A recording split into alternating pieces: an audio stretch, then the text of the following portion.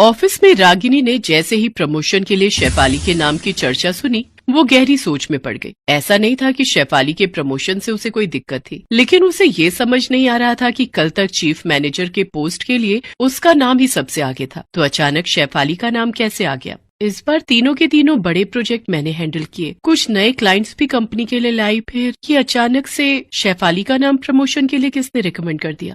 शेफाली ने तो ऐसा कुछ बड़ा अचीव भी नहीं किया है। खैर, अभी तो नाम की चर्चा ही चली है ना, प्रमोशन तो नहीं मिला है। मुझे लगता है कि ये अफवाह है, लेकिन ये अफवाह कहाँ थी। शेफाली का प्रमोशन तो कंफर्म था, और इसके लिए ही तो वो अपने बॉस धनंजय मेहता के साथ शहर के उस आलीशान होटल के कमरे में बंद थी। कभी कभी कुछ प्रमोशन ऐसे भी मिला करते हैं। शेफाली, आज तो तेरे चेहरे से मेरी नजर हट ही नहीं रही है। तुम्हारी ये ड्रेस, तुम्हारा हेयर स्टाइल, तुम्हारे कान की ये बालियां और तुम्हारी ये लिपस्टिक, हाय जान ले लेगी मेरी। क्या सर, कैसी बातें कर रहे हैं आप। वैसे ये सारा श्रृंगार तो आपके लिए ही किया है। I love it. अब देर मत करो और आ जाओ मेरी बाहों के घेरे में। ये कहकर धनंजय ने शेफाली का हाथ पकड़ लिया तो शेफाली ने अपना हाथ छुड़ाते हुए कहा, थोड़ा सब्र करिए सर, वो कहते हैं ना, इंतजार का फल मीठा होता है। सब्र ही तो नहीं हो रहा है शेफाली। तुम लग ही रही हो इतनी खूबसूरत की सब्र को लगता है किसी कब्र में दफना दूं और खो जाऊं तुम में और भुला दूं सब कुछ। धनंजय की बातों को सुनकर शेफाली धनंजय के पास आई और कहा, ठीक है सर, खो जाइए मुझ में और सब कुछ भुला भी दीजिए, लेकिन सिर्फ एक बात मत भूलिएगा। कौन सी बात? मेरे प्रमोशन की बात। ऐसा हो सकता है क्या? मैंने यहाँ आने से पहले सारे ऑर्डर दे दिए। HR का ईमेल तुम्हें मिल जाएगा। कल से तुम चीफ मैनेजर हो जाओगी। ये कहकर धनंजय ने शेफाली को गले से लगा लिया और फिर दोनों एक दूसरे में खो गए। अगले दिन की बात है, ऑफिस में सभी शेफाली को चीफ मैनेजर होने की बधाई दे रहे थे। मुबारक हो शेफाली, यार तुमने तो कमाल कर दिया, 1 साल में ही चीफ मैनेजर। यार हमें भी तो सीक्रेट दे दो इस सफलता का, कैसे किया तुमने ये सब?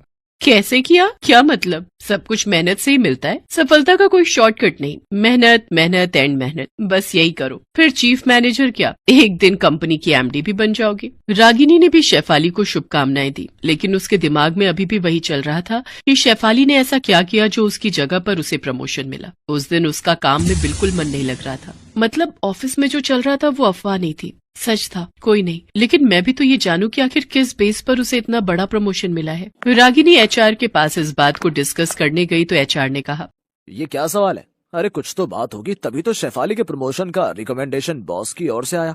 वैसे भी प्रमोशन या डिमोशन एम्प्लॉय के कहने पर नहीं होता, उसकी परफॉर्मेंस पर होता है।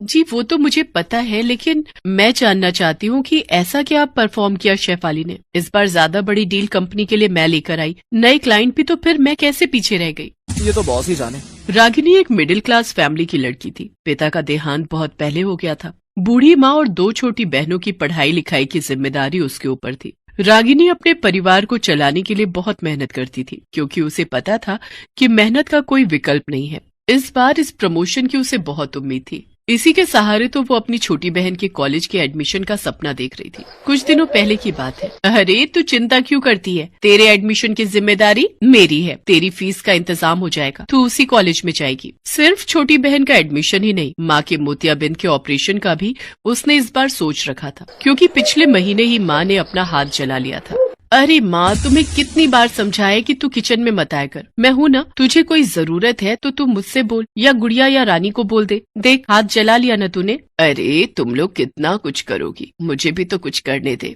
माँ, तू जानती है ना तेरी आंखों में मोतियाबिंद है, तुझे ठीक से दिखता नहीं है। कुछ दिन और इंतजार कर लेना, मेरा प्रमोशन होने वाला है। मैं तुम्हारी आंखों का ऑपरेशन भी करवा दूंगी, फिर किचन में करती रहना काम, ठीक है? हाँ हाँ ठीक है मेरी माँ। तमाम बातें रागिनी के दिमाग में घूम रही थी। उसे समझ में नहीं आ रहा था कि अब सारी चीजें कैसे मैनेज होंगी। वो काफी चिंतित हो गई और उसने एक निर्णय लिया। हालांकि ये ठीक तो नहीं होगा, लेकिन मैं बॉस से बात करती होंगी। मुझे बात करना ही होगा कि आखिर मैं प्रमोशन की दौड़ में पिछड़ कैसे गई। रागिनी बॉस के केबिन की ओर बढ़ी। वो उनके केबिन का दरवाजा नॉक करने ही वाली थी कि तभी उसे शेफाली और बॉस के हंसने खिलखिलाने की आवाज आई। अरे सर, ये ऑफिस है, कोई आ गया तो? अरे कोई नहीं आएगा। सुनो ना, कल मिल रही हो ना उसी होटल में? हाँ सर, मिल रही हूँ, अब जाने दीजिए। रागिनी जो बाहर खड़ी ये सब सुन रही थी, उसे सब कुछ अजीब सा लगा। शेफाली बॉस के केबिन से बाहर निकली तो रागिनी बॉस के केबिन में गई। रागिनी तुम, कोई जरूरी काम था क्या? जी सर, बहुत ही जरूरी। जल्दी बोलो, मुझे एक मीटिंग के लिए निकलना है। सर क्या मैं जान सकती हूँ कि इस बार मेरा प्रमोशन क्यों नहीं हुआ, जबकि मैंने आपके द्वारा दिए गए सारे असाइनमेंट टाइम के पहले पूरे किए हैं, कंपनी के लिए अच्छा बिजनेस भी लाई हो, तो फिर मामला कहाँ फंस गया? रागिनी की बातों को सुनकर धनंजय उसके करीब आया और बोला, रागिनी, सिर्फ काम करने से प्रमोशन नहीं मिलता, कुछ और भी करना पड़ता है। कुछ और? मैं समझी नहीं। तुम छोटी बच्ची हो क्या जो ये सब समझाना पड़ेगा? सर आई एम सॉरी, लेकिन मैं नहीं समझ पा रही हूँ कि आप क्या कहना चाहते हैं। प्रमोशन तो मेरे हाथ की चीज है, जब चाहे दे दूं, लेकिन तुम्हें भी तो कुछ देना होगा। सर मैं एक मामूली लड़की हूँ, मैं क्या दे सकती हूँ? कोई भी लड़की मामूली नहीं होती, उसके पास जन्नत होती है। बस एक बार मुझे जन्नत की सैर करा दो। ये कहकर धनंजय ने बेशर्मी से रागिनी का हाथ पकड़ लिया। रागिनी को कुछ समझ नहीं आ रहा था कि वो क्या करे और क्या न करे। धनंजय की बात अब उसकी समझ में आ गई थी कि उसे क्या चाहिए था। उसके एक समझौते से उसका प्रमोशन भी हो जाता और उसकी फैमिली की सारी टेंशन भी दूर हो जाती। क्या हुआ, क्या सोचने लगी तुम? देखो, शेफाली ने भी समझौता किया तो उसे प्रमोशन मिला, तुम भी करो, तुम्हें भी मिलेगा। जिंदगी में समझौते करने चाहिए, तभी सफलता गले लगाती है। आज की रात मेरे नाम कर दो और जीवन बदल लो। धनंजय की बातों को रागिनी ने गौर से सुना और फिर अपना मोबाइल निकाला और नंबर डायल करने लगी। किसे कॉल कर रही हो तुम? घर पर। अपने घर पर? सही है, काफी समझदार हो तुम। मेरे नहीं, आपके होने वाले घर पर। रागिनी ने कॉल मिलाया और हेलो पुलिस स्टेशन, मैं डीएन लिमिटेड से रागिनी बोल रही हूँ। Police station? तुम पुलिस को कॉल कर रही हो? पागल हो गई हो क्या? उसके बाद रागिनी ने पुलिस को सारी बातें बताई और तुरंत आने को कहा। मुझे लगा कि तुम समझदार हो, लेकिन तुम तो बड़ी बेवकूफ निकली। अरे पुलिस को क्या सबूत दोगी तुम कि मैंने तुम्हें किसी समझौते के लिए कहा है? मैं तो साफ साफ कह दूंगा कि प्रमोशन नहीं मिलने की खुन्नस में तुम मुझ पर झूठे आरोप लगा रही हो। ये कहकर धनंजय जोर जोर से हंसने लगा।